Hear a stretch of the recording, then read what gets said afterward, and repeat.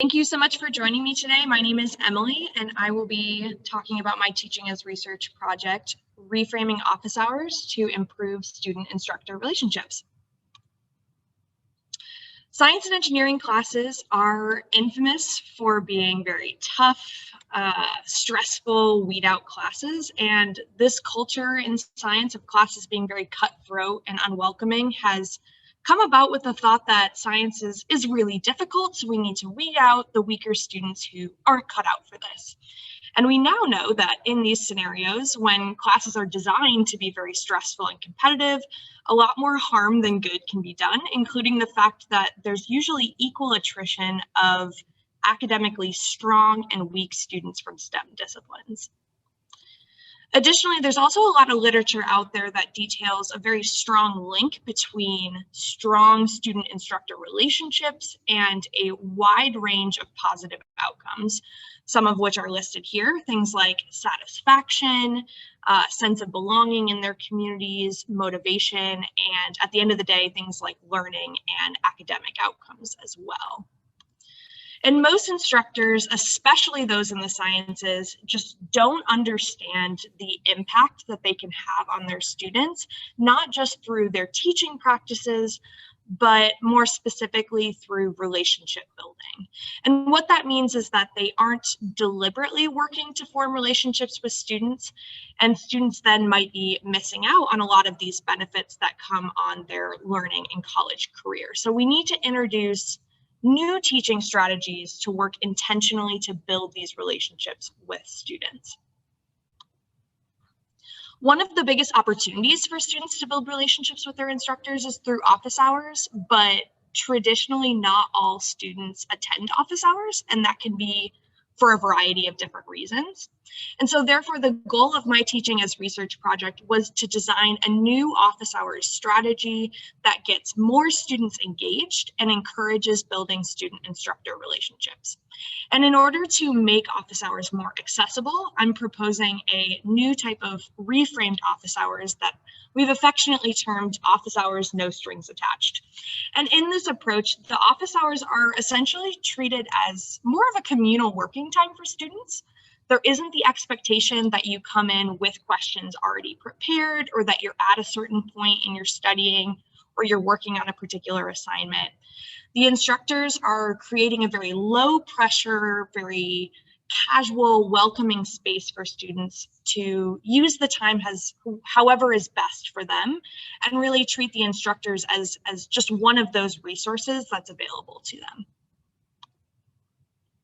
And so with this new office hours approach in mind, I'm using this presentation to specifically address the following research questions. Does reframing office hours lower barriers to help-seeking behavior? Does reframing office hours improve the student perception of the student-instructor relationship? And do students who attend the reframed office hours report stronger perceived relationships with their instructors? The reframed office hours were implemented in 2 upper-level BME courses during this past spring quarter. For the purposes of this study, I used a BME course from the winter quarter to run as sort of a control group as the office hours were run however the instructor wanted them to be done. And the students from that course filled out a post-course survey that asked them a series of questions about their office hours experience and about the relationships that they had with their professors and TAs. In the 2 classes that were hosting the reframed office hours, BME 303 and 309, these students were administered the exact same post-course survey about their office hours and relationships. And then I was also able to monitor throughout the entirety of the quarter their office hours attendance. Because the entire class and office hours were conducted over Zoom, that made it pretty easy to keep track of their attendance frequency and also even the duration of time that they were spending in office hours. And finally, the instructors who conducted the reframed office hours were given a post-course survey as well to kind of understand their experience with the office hours and their perceptions of the relationships that they were building with students. For the purposes of this presentation, I'm not going to go into any detail about those survey results, but I do generally think it's important to consider the instructor perception of these relationships as well. As far as attendance goes, in both of the classes, the majority of students attended office hours at least once. Specifically for BME 303, those students who did attend tended to come back a lot more often, with an average of 7.3 total attendances over the course of the quarter. When we look at a histogram of attendance frequency for both classes, we see that the largest proportion of students still never attend office hours or only attend a handful of times, while a very small subset of students are attending very frequently. This is a pretty similar pattern of office hours attendance as is seen in other classes, just anecdotally. So overall, we don't see big shifts in trends of office hours attendance within this project. For the first research question, I found several commonly cited barriers to help seeking in office hours participation in the literature, and I wanted to assess if students' perceptions of these barriers changed by altering the office hours strategy. So in the post-course survey, I asked students to rank the extent to which they agreed with statements that were meant to probe their comfort level with office hours, how comfortable they felt talking to an instructor when they needed help, and task persistence and motivation. And for all four statements, the students in the classes with the reframed office hours reported a score that was significantly higher than the control class. And so we can use these data to draw the conclusion that the reframed office hours successfully lowered some of the cognitive and psychological barriers that have been historically known to prevent students from participating in office hours or just engage in help-seeking behavior at all. So to answer the second research question, I first looked at the students' self-reported effects of the office hours intervention. So basically, did they feel like the office hours for the class had an impact on their relationships with their instructors? From their responses, we can see that a far greater percentage of students in both 303 and 309 reported that they agreed or strongly agreed that the office hours had a positive impact on their relationship with their professors. In fact, in both of those classes, there were no students that disagreed with that statement. And equally important to note is that when asked if the office hours had a positive impact on their learning, there was also a dramatic increase in the students in 303 and 309 that agreed or strongly agreed. And so this means that students felt that the reframed office hours not only improved their relationship with their professors, but also improved their learning of the material. So changing the office hours strategy here to be more conducive to relationship building did not sacrifice the ability for students to learn in that environment. And students elaborated on this a bit more within the short answer section of the survey that I administered. The vast majority of the comments were positive, which is consistent with that previous slide. A lot of students were saying that they felt the environment served as a great place for them to connect with their professor. A lot of the comments were also really getting at some of those barriers to help seeking that were addressed in the first research question, and basically implied that building the relationship with their professor went hand in hand with their comfort level in reaching out for help when they needed it. And finally, which was also consistent with the data that was shown in the previous slide, there was a small subset of responses that basically said that the office hours had no effect on their relationship. And notably, most of those comments that said that cited the fact that the office hours was held over Zoom as the primary reason why it didn't work for them. So that's important to keep in mind, because hopefully office hours in the future won't be done over Zoom. And so maybe the impact of this strategy could be improved or work for more students if it's implemented in person.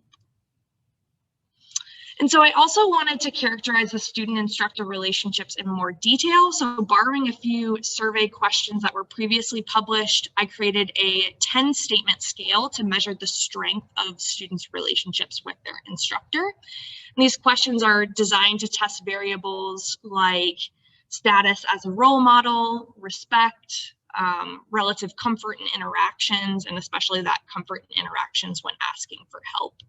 And students answered this list of 10 questions, one subset for their professor or professors and once for their TAs.